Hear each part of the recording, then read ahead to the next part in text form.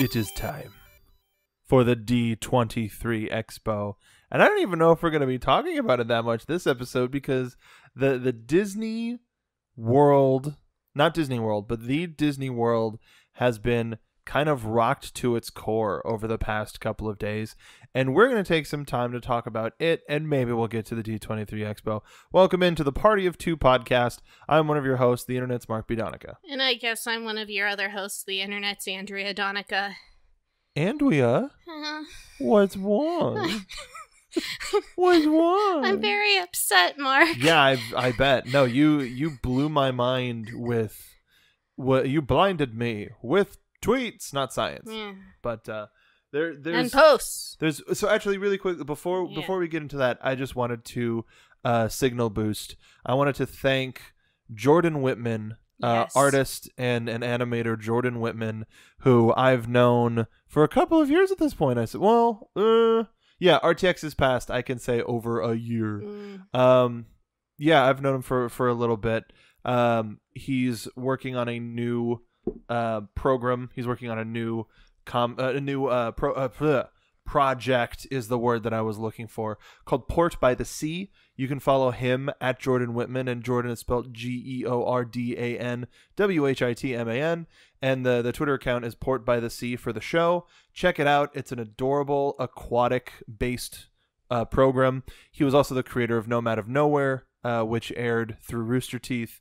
But he made us some art. I mean, it was a commission, but he made us some art. Andrea up like a Red from Pirates of the Caribbean, and me like a bizarre mixture of Wreck-It Ralph and the auctioneer from Pirates of the Caribbean. It is our new Twitter art, and we've posted the art across all three of our social medias. Andrea's new art, which I should change mine at least over the next couple of days while we're at D23. And but yes, thank you, Jordan. I hope if you're, I say this knowing full well you're going to be totally busy, but if your commissions are ever open again, I think we've got some more ideas for you. Absolutely. It looks absolutely beautiful. Mark surprised me for our anniversary. It was a little belated in arriving, of course, because art takes time. Of course. And seeing it was an absolute delight. It makes me laugh so much because I don't know. You look so big next to me. I don't know if there's a photo that is as accurate as this drawing of me. It's perfect. And I'm thinking about it again. It's so perfect. So thank you, Jordan. Check out Jordan and all of his work, and make sure to support Port by the Sea. We really appreciate it. Absolutely rules. But back to drama, I guess. Drama. Where do you want to start? I guess we have to start at the very beginning. Ooh, I don't know if we have that kind of time. Well, I'm going to try to make this comprehensible as possible.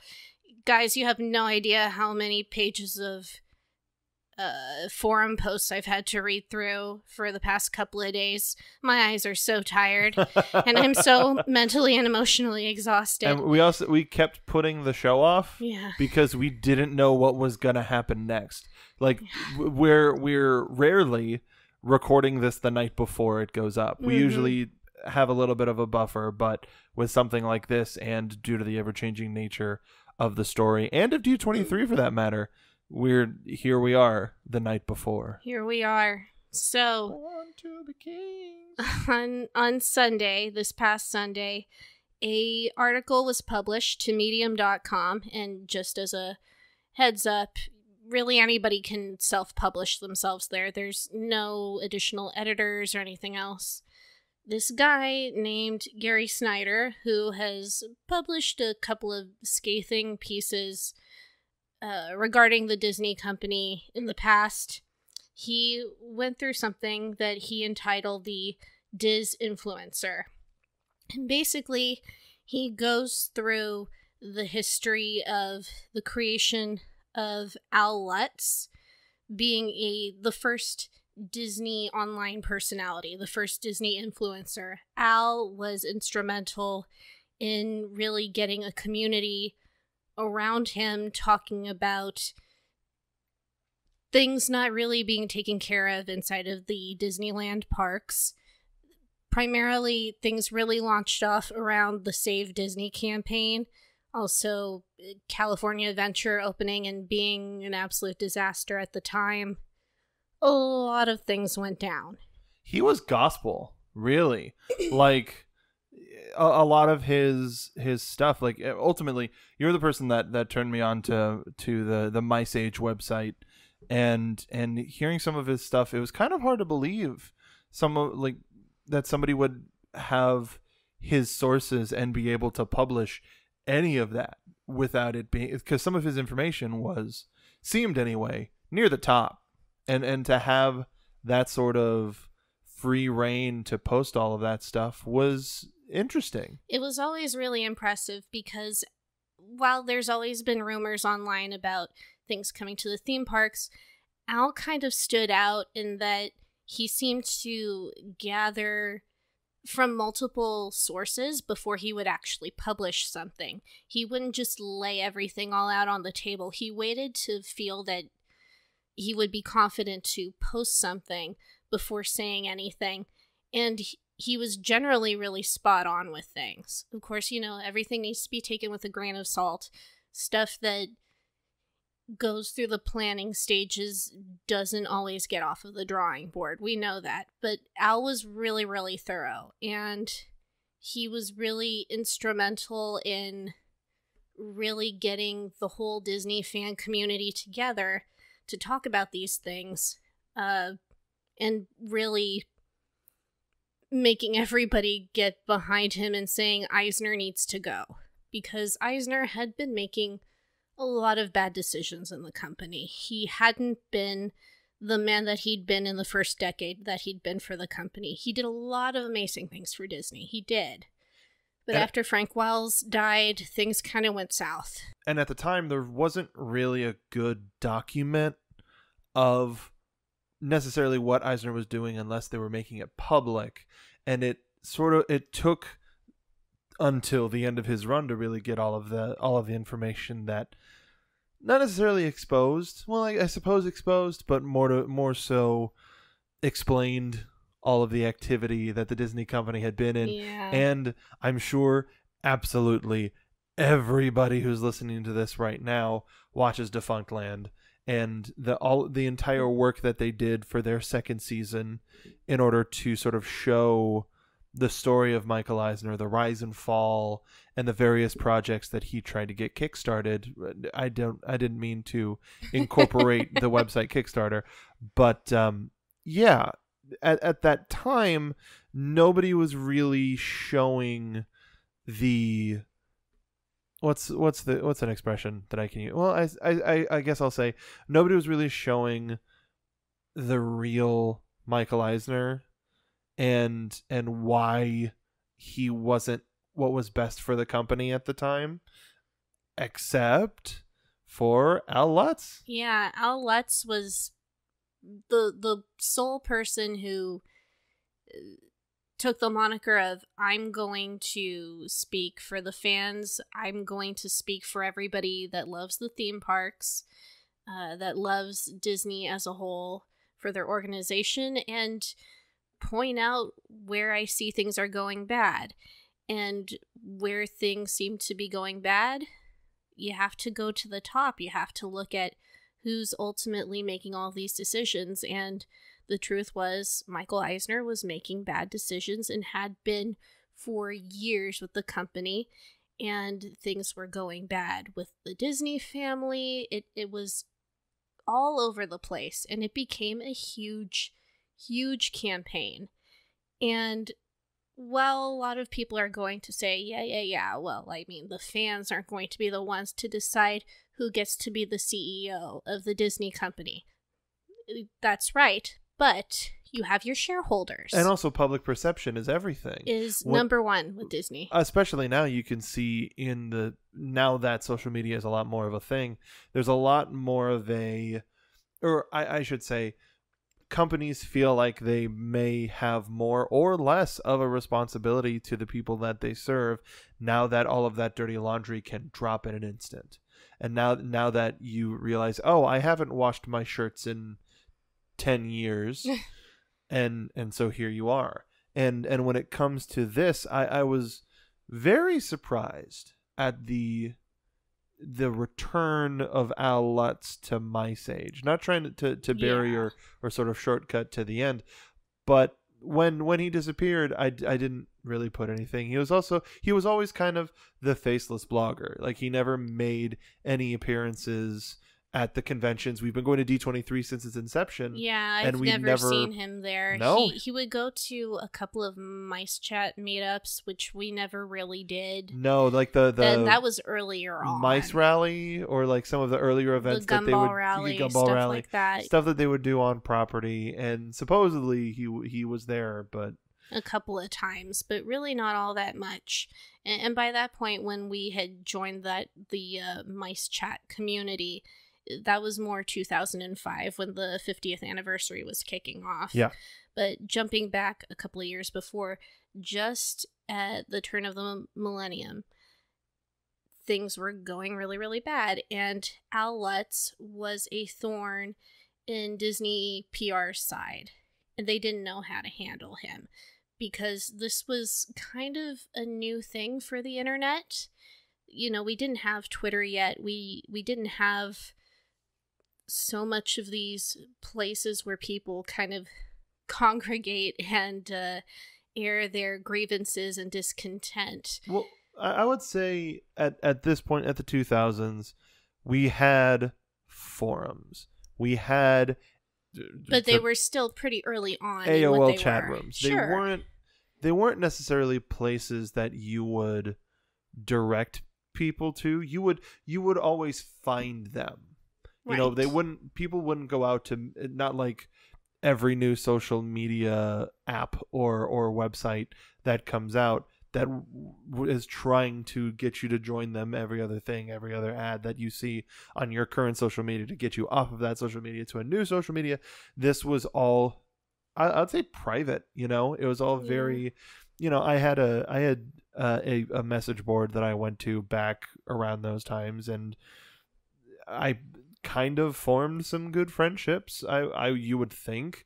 I only ever met one of those people in real life. Yeah. And it was risky back then too. Yeah, you didn't know. But no even idea. So, sometimes people are just looking for friendship or companionship, and not to vilify internet friendships, because especially now where people aren't so reserved in terms of hiding behind a screen name.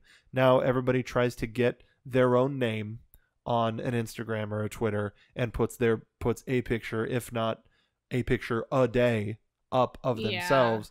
And so there are inherent dangers in that. But if it was more like that back in our times, it would probably be in our times. Back at the beginning of... We're not that old. The forum era, the message board era, that I think it would have been a lot... the perceptions would probably be a lot different. And Mice Age was one of those first ones and Mice Chat was one of those ones that really grew behind, like you said, the first Disney influencer. And I would even go so far, the first public figure to kind of come from nothing. Yes. To come out of nowhere. Not come from nothing, but come out of nowhere. And not come from the company itself. And this was Disney's biggest problem, right? They couldn't spin the narrative. They couldn't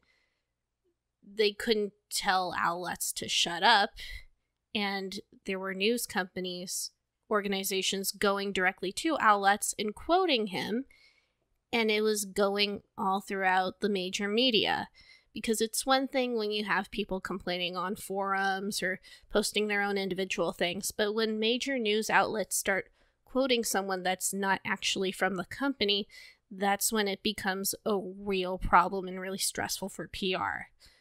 So, all of this being said, and trying to summarize this article as best I can, because it is not very... It could have used an editor. I'll be perfectly honest there. I mean, it was kind of an op-ed. It wasn't necessarily something that, like, it seemed more like an op-ed to me. Oh, sure. It seemed less like a formal news story by somebody who has a journalism degree and was more of a, hey, almost like we're telling a story. We're calling a story like a TED. It was almost like a TED talk. It was like a textual TED talk. And what a TED talk it was. What a story to weave. Basically, what this story is saying is Disney, after trying to figure out what to do about Al Lutz, it was suggested to them by what the author is saying, him telling then Vice President of the Disneyland Resort when California Adventure had just opened and there was nobody there, nobody walking around enjoying any attractions, and this VP wondering, am I going to lose my job? Is Disney going to go into the tanker? This gentleman recommended, well, you can't force Al Lutz to not say anything. What you can do is you can have him be your outlet. You reach out to him.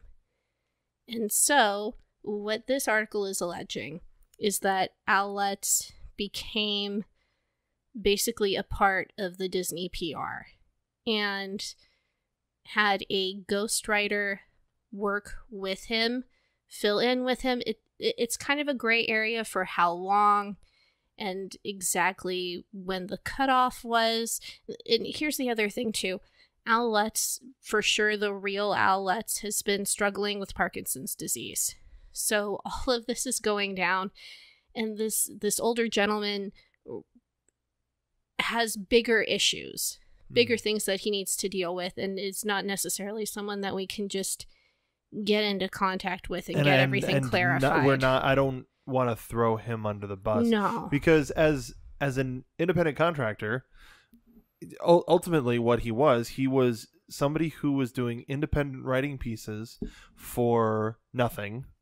And at the time where ad revenue on the internet wasn't necessarily a thing, it was just it was a bunch of think pieces. And if you're transitioning into, I would say, a dream line of work. Now, whether or not this is the case, I'm sort of just projecting here, but being able to write about theme parks with semi-frequency and have them get a lot of attention, news people start to come to you, you start being a credible source, and you start being this, for lack of a better word, and I might be overreaching when I say this icon, really, this representative, this pedestal. Yeah. That, only few people have really reached other than him. Very few people. It's hard when if yeah, allegedly, this is all allegedly. Yeah, there's a great shirt that's just allegedly, and I need to show you that. But it's because it's a Jeff Ramsey classic.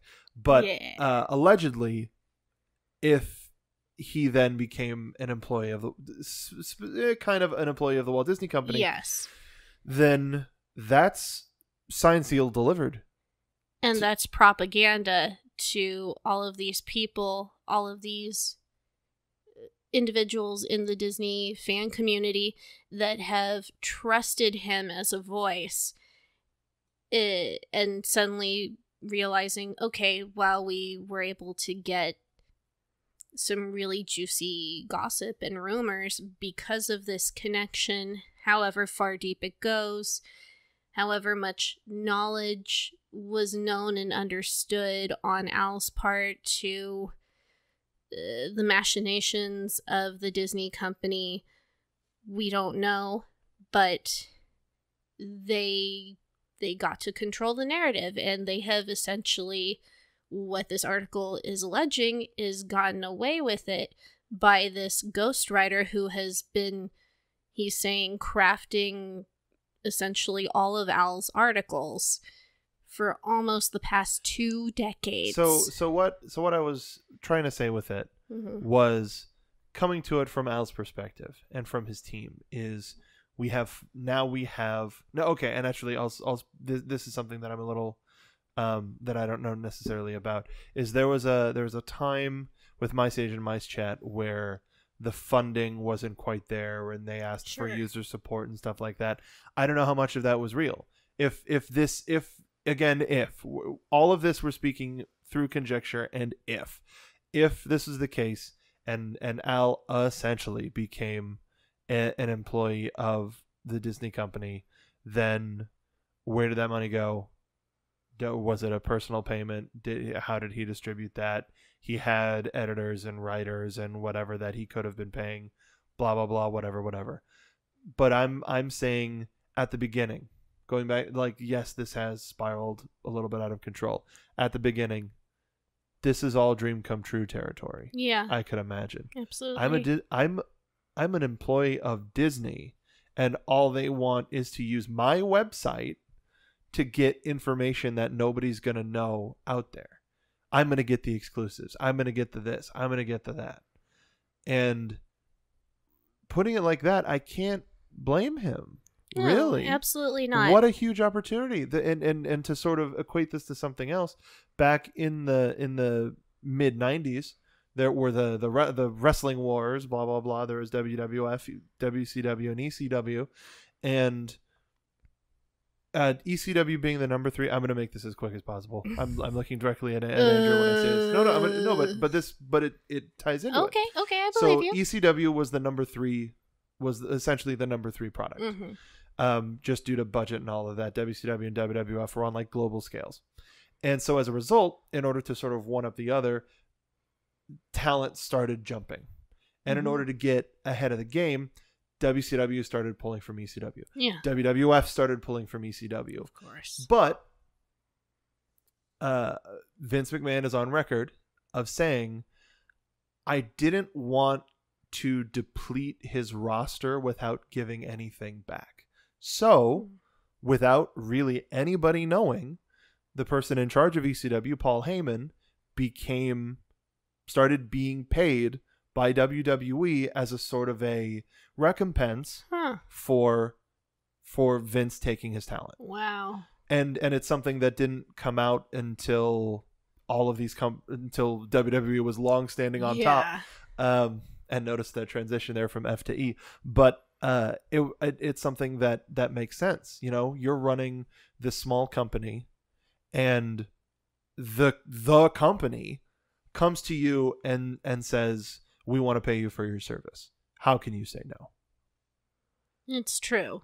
The one thing that's a problem with all of this, though, is a lot of fans who have been really loyal advocates for outlets are feeling betrayed. Sure. I'm not gonna lie.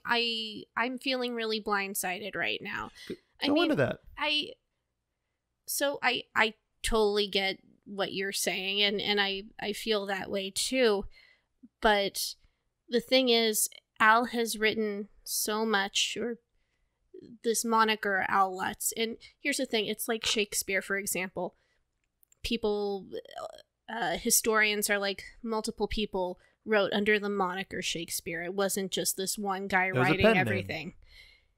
And that makes sense, especially like as you get older. Like, again, he's suffering from Parkinson's disease. He can't physically be there to write every single thing, but they can still share the sources. They can still kind of collectively still use that voice to convey information. The thing is, so much of this information has been based in the political structure of the Disney company. And this is where it gets even more shady, because the other thing that this article is alleging is that Bob Iger was working with a lady that is still kind of working directly with him. Xenia Mucha? I don't... Mucha or Muka? Muka, something like that. Bob Iger has great political aspirations, and reportedly he helped her early on in her career to get really far ahead in the political game. So she's been helping him right back. And what this article is alleging is that they've worked together. Xenia kind of helped concoct this whole thing, concocted this idea to reach out to Al Lutz, utilize Al Lutz's voice to sow the seeds of discontent for Michael Eisner and oust him so that Bob Iger could rise through the ranks and become the CEO.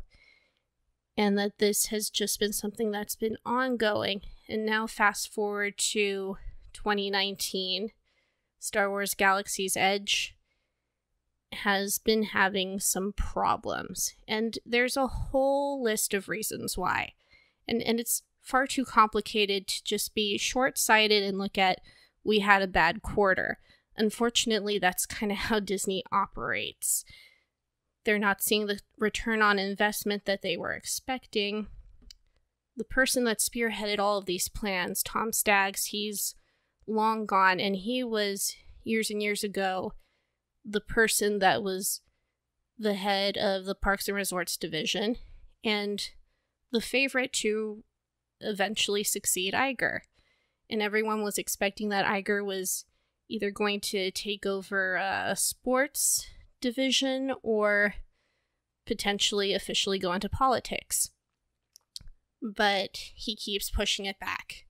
Every couple of years, it's like, okay, well, his contract is going to be up. And then something happens, and so he's like, I don't want to leave, or this didn't work out.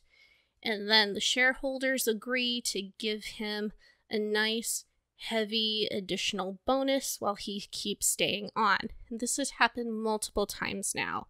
So Tom Staggs was like, enough, I don't want to deal with this anymore.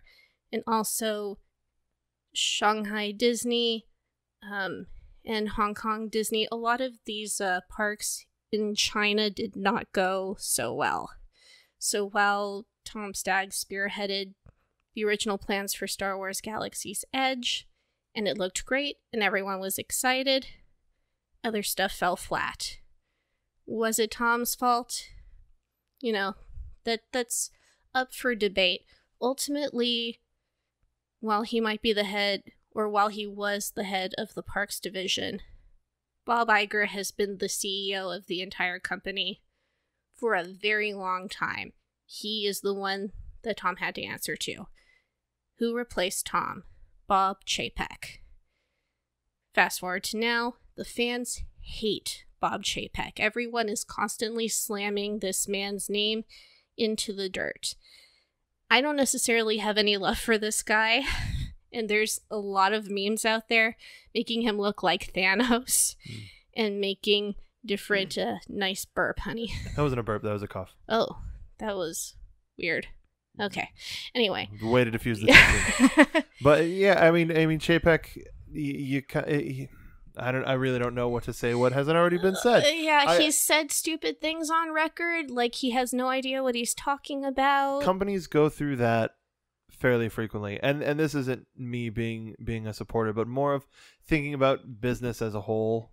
There's a lot of companies that have eras, like thinking of Disney and thinking of parks, thinking of Tomorrowland 99, thinking of the stuff that has only just now started to finally even out. And I speak directly to that same project where all of those rocks are finally starting to get cleared out from Disneyland Park as we're recording this. So it's one of those things where there's going to be usually the bad sticks around for a lot longer than the good. Yeah. Because the good can't focus on making new stuff until they fix the bad stuff.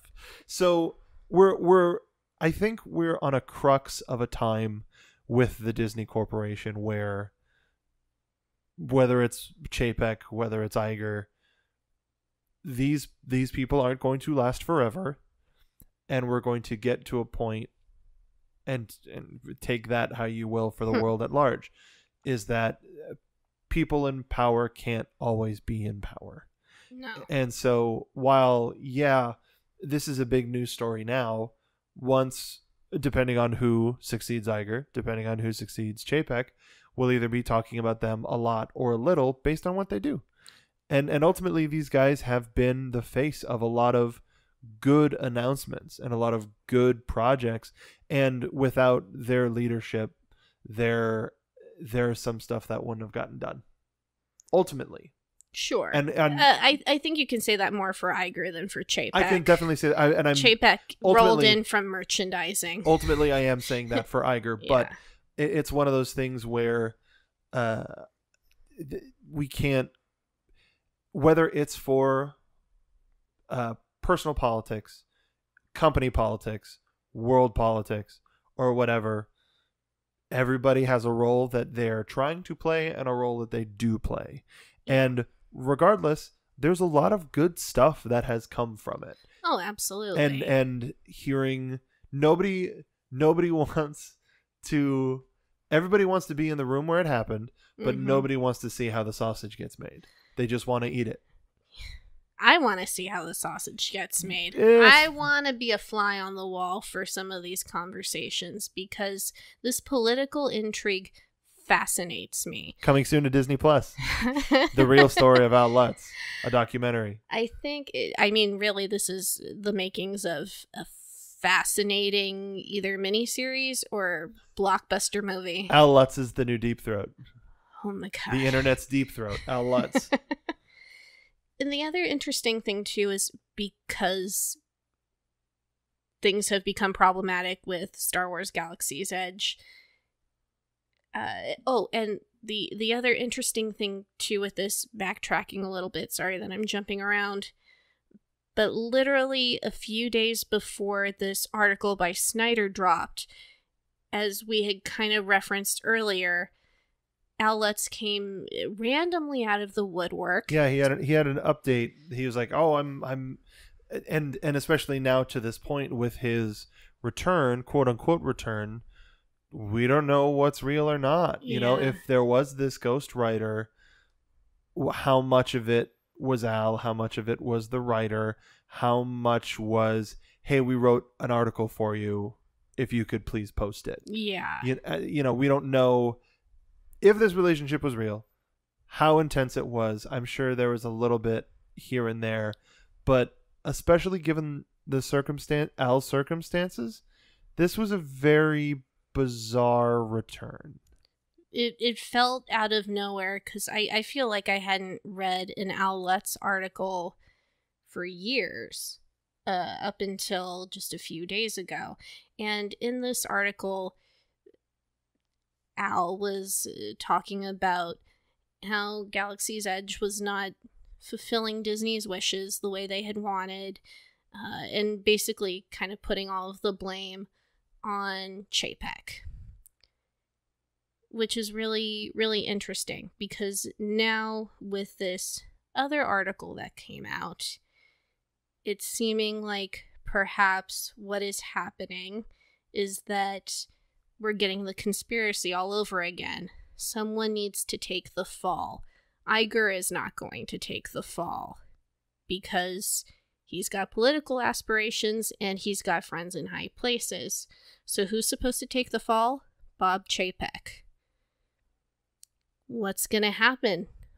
Who's going to address us on Sunday at the Parks panel? Chapek is supposed to host it, but there is so much drama going on with this right now, and we haven't even gotten to what's going on with Marvel, what has happened what's allegedly going on with Marvel. Yeah. Marvel / Disney. Well, let's Yeah. Because we don't want to open up too many many different things. But you asked who's going to address the folks on Sunday, and it depends on what they're announcing. Because similar to what I just said about Iger, more so Iger than Chapek, being the face of those announcements. You know, Iger being the face of the Galaxy's Edge announcement. Let's put him front and center. He proudly went out there to talk about it with Stags at the time, I remember. And that's the thing. You want to be front and center for some of these announcements. And if Bob Chapek, if he doesn't care, and I don't think he will, but if you think about the worst thing, he comes on and people try to boo him off the stage. That's the absolute worst thing. I don't think that's going to happen. No. I definitely don't think that's going to happen. But if that's the worst case scenario, I can deal with that. You can, or I generalize, like, I can deal with that because what's the public perception of Chapek? He is brand heavy. He wants to replace all of the things we love. Blah blah blah blah blah. We made a script. I'm speaking as the Disney company here. We made a script that turns Chapek from a pariah to a messiah. Chapek announces the return of Journey into Imagination with Figment and Dreamfinder. Where there's going to be an Inside Out attraction, but let's say it's in the Magic Eye Theater next door instead of in the Journey he announces remastering of ride classics. You don't give him the brand announcements. You give him the stuff that people want to hear, because then people will go, I don't like him, but he did, because people associate the face with the story. Mm-hmm. He brought back Journey into Imagination. He announced a Brazil pavilion. He this, he that. Not the Disney company, not the parks department. He did. So that public perception is going to be very important. So depending on what they announce, more than likely he's going to be front and center to try to combat some of that negative press that he has from the community. Absolutely. And the other interesting thing too with this article, literally, the more that I read about this, the more things escalate and snowball, and I'm losing my mind trying to just keep track of everything. The Snyders are basically part of the family that owns Viacom. And Viacom is, making that merger with CBS. Mm-hmm. Obviously, the major competitor. What the heck, man? This is just wild. No, there's a lot. There's a lot of the TV and entertainment stuff is pretty crazy. There's something, again, to go back to wrestling. Oh, and last bit, supposedly the ghostwriter, quote unquote, for Al Lutz, he has been interacting with fans on all of these forums. When I saw the username, I remembered the username. Yeah. Which blows my, not to take, one of these, what do they call them? Clickbait. Yeah. Wild if true. It's all wild if true. Yeah. But we're not going to hear about it until people die. That's what's going to happen. Actually, you know what? So like I said, I've been reading so many pages. It's bad, you guys. I really don't recommend you try to jump down the rabbit hole, but if you want to, go on to WDW Magic, and that will have most of the things. Mice Chat is being in super denial and very aggressive, and it makes me a little embarrassed for them, not going to lie. But I feel bad for Dusty Sage because his ex kind of co-opted this article, so it's kind of made things more vicious. Now it's personal. It's very personal, and it's both of you'd hate to see that from anybody, because we've been to a couple of My Sage events, and they were both very nice and enthusiastic gentlemen. I used to be a part of the Roundup crew. Fishbulb, who co-opted or helped give information for this article, I reported directly to him on a weekly basis. So my brain is just constantly exploding from all of this. It's very upsetting. But I will say, in terms of all of these people that I did work with from My Sage and Mice Chat, I can only say nice things about them. They were always very, very kind and supportive to me. I don't think that they're necessarily reacting to this in the best PR appropriate way. I hope everything gets settled and that there is no more nastiness. I think Diz Twitter has gotten crazy. to say the least. And it's one of those communities that I haven't jumped full into the deep end, and I'm sorry that you have. I mean, sorry, not sorry. Well, I'll say this. It's fascinating. Whenever we go to the parks, I limit myself as much as I can to just Pokemon Go, and not checking work emails or being on Twitter as little as possible, social media as little as possible, and be relatively present. And just with the past couple of weeks of stuff going down, you've been on Twitter a lot. So much. Like, and it's terrible, isn't it? It's awful, but it's so much fun. Like, about a week ago, someone decided to list the Epcot ball, aka Spaceship Earth, on eBay for $3. Ooh, that's a good deal. And so people started joke bidding on it. And I knew 2 individual Twitter users that were bidding against each other.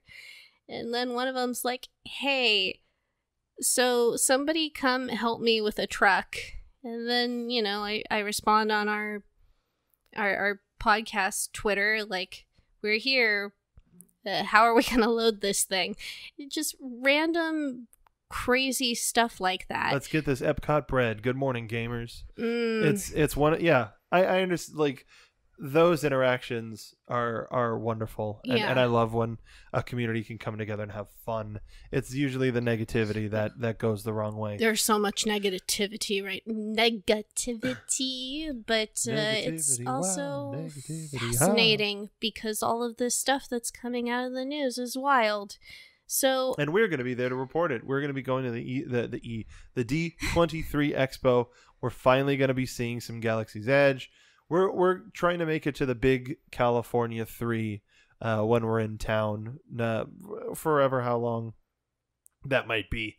I'm really excited to visit Disneyland proper because Magic Kingdom is nice and it's great and it has Country Bears, which Disneyland does not, but it doesn't have Abe, and Abe is one of my favorite things.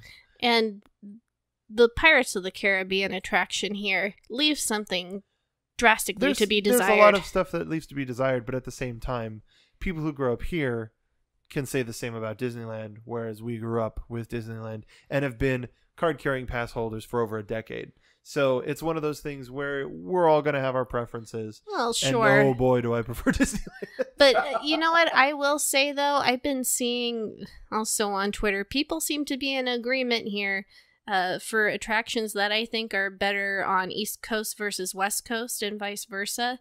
Seems to be pretty consistent in response. Yeah, everybody seems to genuinely agree. For me, it's more of the accessibility of Disneyland versus the accessibility of Magic Kingdom. But that's not what we're talking about. No. We living now in Florida, we have access to these parks essentially whenever we want, and we couldn't say the same about Disneyland. Yeah, it's something we had to really, really plan if we wanted to go. Life made it a lot harder to visit Disneyland, whereas here it's a lot. The access is there, and even though we live kind of far away, depending on the day, it's still like, we could go for a couple hours and have a nice time. Yeah. And trying to do that with Disneyland, we had done it a couple times. It's a lot more hectic. But waiting in traffic for 2 to 3 hours to just be there for the evening just never really felt all that fulfilling at the end of it. You. Generally you. Yeah, well, no, but I feel it just thinking about it. Well, now we're going to be down in the area, and we're going to be a lot closer. We're going to be in the thick of the Disneyland or the Disney fandom, and that includes Marvel. That includes Star Wars, and there's so much that we want to do. And before we go, we'll make it kind of quick. We're really sad that the reservation system for the events was just so borked. And it's one of those things, no company seems to have gotten it right. Comic-Con gets it right every couple of years, and for some reason then they decide they need to change it. And then it takes a while for that system to get right, and then once they get it right, they change it again. And this was upsetting. This was sad because it seemed like there was going to be more of an opportunity for people to do it. It seemed more like a fast pass thing, but it's their restrictions or lack thereof. It was the lack thereof. Didn't really help everybody. There was a small percentage of people that it helped, and of course, being the have-nots, it's very easy to talk up to the haves. But they're making the standby system that much more of an issue, and I think they're going to have more. I think they're going to have more security issues this year as a result of that. Probably. A lot more people are going to get mad. People are going to be camping out overnight. And you know what I wish, and it would have been something that would have just been a nice peace of mind, that they released how many passes per event they gave. That would have been good to know. So for the main theater, for the Disney Plus thing, if they say, oh, we gave out 200 gold and 300 regular with the option of a standby person, with an option of a guest. So that's 1,000 seats. And you know that seats 6,000 to 7,000. And so that doesn't count the VIP, the what are they called? The sorcerer? Yeah, the sorcerer so package. It doesn't count the sorcerer package. Which sells out immediately when these tickets go on sale. Doesn't count press. So then you know, okay, we're left with about 5,000 spots. That's not bad. But when you just sort of throw it to the wolves, stores... They didn't test the system. No. The fact that they had to keep delaying the thing going live, people, tried to schedule their breaks around when the reservation system was supposed to go live. What I'm most upset about is the amount of hours that I spent out of my day to literally not be able to get anything for us. No, I know. And I jumped on immediately. Like, it hit 3:00 Eastern time, and I was in there. That's the luck of the draw. And it sucks. It really does. And it's one of those things where, hindsight's 20/20. Day one goes by, can't get it to work properly. It's not to your specifications. I would just as soon, and it's something that they announced, they didn't announce it with the event. They didn't say, oh, in 2 years, we're going to have a reservation system where you're going to blah, blah, blah, blah. It was a lot more recent than that. And who knows how long they've been working on it. It's only been public for a while.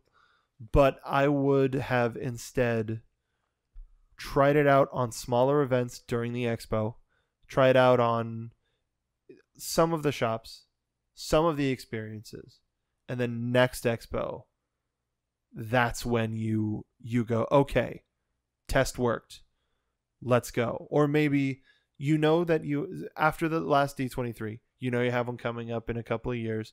Hey, we want to try something different. What if we do a small event, a satellite event, not even a full convention, but just some sort of a thing that has a couple of panels so that we can test this new system out?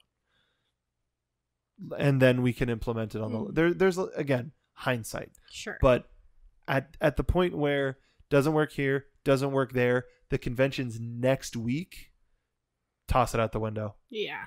Hey, we regret to inform you that we're not going to be ready in time for this year's D23. We are excited to see everybody out there. And then everybody's a little disappointed that there are no fast passes, because then all of the probability goes out the window. Well, and they barely announced the reservation system before it was going to go live. That's what I mean. It was really at the last minute, so they didn't have to do it if they didn't feel confident that it was ready. Though I imagine that the only change up would have been with the printouts that came with our tickets, but even people just getting their tickets in the mail was kind of all over the place and very last minute. So really, the ball was in their court, and they had 2 years to figure this out. It's not like it was just something that they had to throw together. They had all this time, and they wasted it away. I'll say, you know what? Like, it's frustrating. I'm still mad, but we can still get in standby as we always have, and that's just what we're going to have to do. And I think that's the major issue, though, is give us the numbers. Let us know how many seats are going to be available. And I hope that if we're in line, by the time we get into the line, they have people with counters, and they go, okay, you can, like, just like the past couple of years, you're free to come and go, but you have to be back by this time in order to guarantee your spot. And at the same time, once they get to X amount, several thousands of people depending on the room, then they go, there's a chance that you might not make it in. Well, they've done that in the past. But I mean a little bit more exact. Yeah. Is like, we have X amount of people on these reserves. We don't know if everybody's coming. They say that they have guests, so we're pretty sure that we have this many. Ultimately, it's the case. Just make information more available.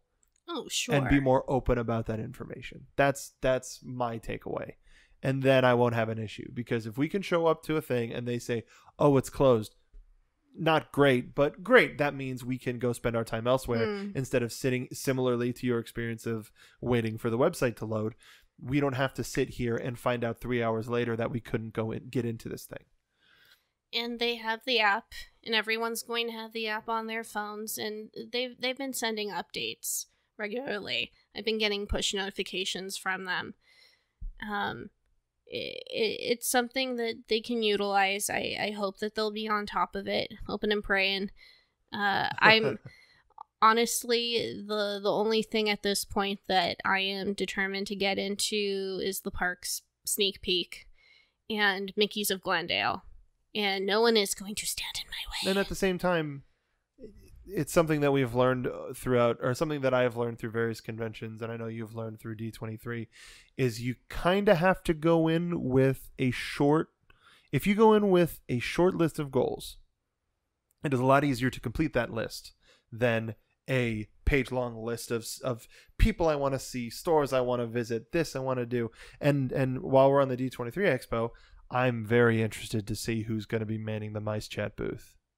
Very interested. I've been thinking about that this entire time. They're going to have legends there to kind of buffer a little bit. David Koenig's going to be there. He's another Bless one, him. but he's another one of those big Lutzian names. What a turn of phrase I just created, Lutzian. But he's Koenig, written books. Lutz, yes, he has. But still, I would say while Lutz was starting to gain prominence, it would be a thing of, oh, he's starting to reach that David Koenig level. And who writes for Laughing Place? I don't. The person that you're thinking of, yes. Kevin Yee. I'm not thinking of Kevin Yee, but yes, I would put him in that group too. Yeah, I don't think he does that anymore, but he's still a part of the community. He responded to all of the crazy stuff on WDW Magic as well. And but there's somebody else that was like a prolific parks writer that I can't think of. And if you think of it, let us know on social media at Party of Two Pod on Twitter or directly at our various things. We are going to be at the D23 Expo. If you see us, please say hi. We're going to be try to run from place to place. If you see us at parks, say hi. No matter what, we're here to say hi to people and experience things as a family. And you will be able to know who we are on Sunday because I thought you said Saturday. Sunday. Okay. Sunday, specific. Duh. Mm-hmm. Sunday, we are going as your favorite Figment and Dreamfinder. We will be the favorite one you ever see. Probably not as good as Disney Dan, but it'll still be cute. I'm more bounding than being literal. Bounding. Yeah. Like I have a suit, but it's bounding. But it's a blue suit. Yeah, it's bloonding. Bloonding. And he'll have a top hat. Bloonding. But we will dress to impress in hopes that the spirit of imagination will seize Bob Chapek and everyone at Imagineering. Down and knock him out, and they'll make the announcement instead of him. Yes. Yeah. If you dream it, you can do it. Be it. And if you are listening to us for the first time, make sure to head back to listen to all of our Epcot predictions. That's the time that we spent the most time talking about Epcot. But World Showcase, Future World, Spaceship Earth, Journey into Imagination is kind of how this all started. We were doing a bit of our Beyond Blue Sky, which is where we sort of recklessly speculate. I wouldn't say reckless. It's just letting our imaginations run wild. Sure. Nigel Channing be damned. Yeah. But it's one of those things where we go forward with what we want, and also a little bit of, okay, but what are they actually going to do? Yeah. And no, we don't talk about it. Well, I think we talk about Inside Out just to say no. No. But other than that, go back and listen to those episodes. Yeah, and you seem to be much more kind to the idea when we were talking about it. I was kind to the idea of utilizing it in a Journey into Imagination ride, not making it the focal point. Mm-hmm. In terms of utilizing franchises as something that came out of Pete Docter's imagination, something that came out of Walt Disney's imagination, using them as highlights and connection points for people to go, oh yeah, you could imagine it. Look at what these people imagined. What can I imagine? Now that's better for a museum. Let's inspire individuals to have their own imaginations. America. Spread your golden wings. But that's what I mean, huh? Yeah. Okay. Yes, but make sure to go check out all of our previous episodes. Season 1, Season 2. We've got a lot coming down the pipeline. If you're listening to us on YouTube, thank you for watching and listening. Make sure to subscribe. We've got more stuff coming. We are going to be upping our video game. If you're listening to, we're not making a video game. If you're listening to us on your podcast provider of choice, make sure to check out our YouTube page. We have some sweet graphical things provided by the Clement W that has sort of given us this refresh for season 2. Thank you so much. Thanks, for Clement. All of your work. Yeah, we really appreciate it. And so we're going to we do some extra stuff for the YouTube page as well. So make sure to check that out. And real quick, in case you're wondering if anything is going to be announced for Disneyland at the Expo, maybe there is enough panic going on at Team Disney Anaheim, but don't hold your breath. But if anything, cross your fingers for something in Tomorrowland. I know that I'm hoping for People Mover to make a comeback, but I am just happy to be enjoying it here at Magic Kingdom. I'm not expecting anything new. I'm expecting more details on like Avengers. Yeah. Like I'm expecting more details on stuff for that sure we gonna be happening. Know is coming. I'm not expecting anything major. Maybe we'll see how Mickey and Minnie's Runaway Railway will fit in Toontown. Maybe we get a Toontown redesign, like whatever. Yeah. There's a lot of stuff that's on the table that people are like new, and it's like, yeah, we have a lot of pieces of information and a lot of text. We don't have a lot of visuals. So I'm hoping to get that concept art. I'm hoping to get that hype package. That's the stuff that really gets people. Bring back Chip and Dale's Hardcore Treehouse. And name it that. Yeah. But hardcore with nails. and core with a K. Hardcore. But corn. Jeez, hard corn. Acorn. Yeah. Hard corn. Yep. That's okay. Let's quit while we're ahead. But we've made a lot of wild speculation over the past couple of weeks. Make sure to go check it out.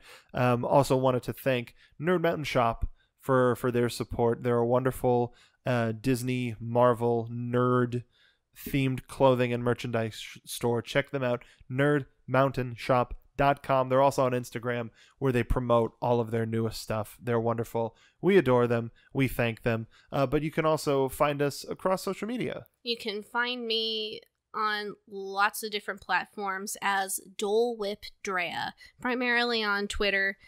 At me, follow me. I'll follow you back. We'll have a good time. And you can follow me at Mark B. Donica. I'm going to be tweeting a mixture of NXT to USA hype and park stuff and some weird stuff in between. And we'll remind you again, please make sure to follow us at Party of Two Pod on Twitter. We're on Facebook as well. Yeah. We're trying to get better with our Facebook presence, YouTube, all sorts of stuff. We really appreciate you listening to. Thank you so much, and we will see you on the next ride.